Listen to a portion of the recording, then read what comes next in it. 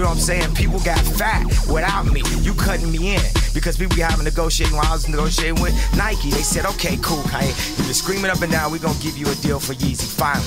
Because they was marginalizing me. Let me only design 2 shoes over a 5-year period.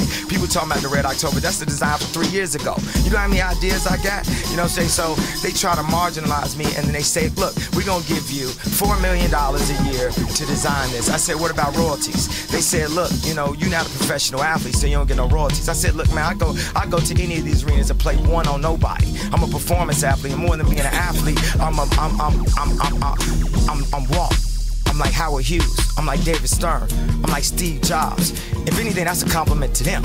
I'm like Michelangelo, because I'm the new version of that. And anybody that backs me is going to be the Medici family that backed Michelangelo at this point. You know what I'm saying? So when they told me I couldn't get no royalties, it's like, wait a second, you want me to work for Nike for 2 more years? I can't, what I tell my daughter in 2 years that I've been working trying to make Nike still hot, and I still don't have, you know, the backing to really support and protect her, because she in a position of a level of royalty like the Prince and the Princess out in London, but they got more paper, they got heritage. Me and Kim, we on our grind. We had to do what we had to do to get to this point to be able to support our family, but we ain't there yet. We ain't financially there to the point to make sure that North is safe at all times, and that's the reason I'm turning it up right now. Let me ask you a question. Now, you mentioned something about, you know, when you came out doing the record and you said nobody believed and the A&Rs are fired. Yeah. Dame was one of those people that believed. Yeah. And we haven't seen you in ever. But the first thing people said was when Dame and Jay split, why did you decide to go with Jay and not Dame, since he was the one that had your back when nobody listened and nobody was. That was really big, brother.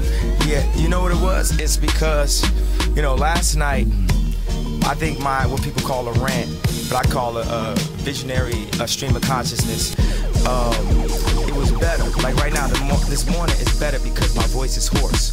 The problem is when I get too loud, it's just too loud.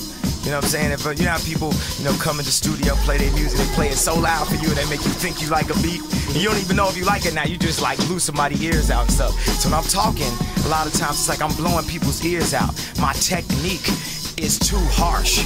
I'm beating it up too harsh. And the problem was, you know, with Dame, his truth was more accurate and more closer to what mine was, but his technique was harsh for me as a young kid and stuff. I felt like a little bit more pressure. Dame was an ass. He was an ass. And Jay-Z's was a nice guy. Right. And also I felt like I had that truth that Dame has in him. We the same. Like me and Cam, me and Dame, we the same. But I wanted to learn this technique that Jay got of actually being likable. Like when I was doing Watch the Throne, one of the main reasons why I did it was to learn, you know, Jay's techniques of how he talked to people. Man, I be talking to people the wrong way sometimes. Me too. I be rubbing them the wrong way. Yeah. You guys are like the same over there. Okay.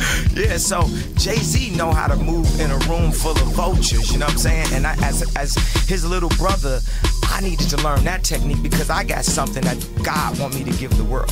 You know, I'm only doing 1%, one small iota of the work, or else he would have killed me in that car accident, or else I wouldn't have came back from Taylor Swift, or else I would have ended up with somebody wanting me for my money versus somebody who will actually buy me something for my birthday.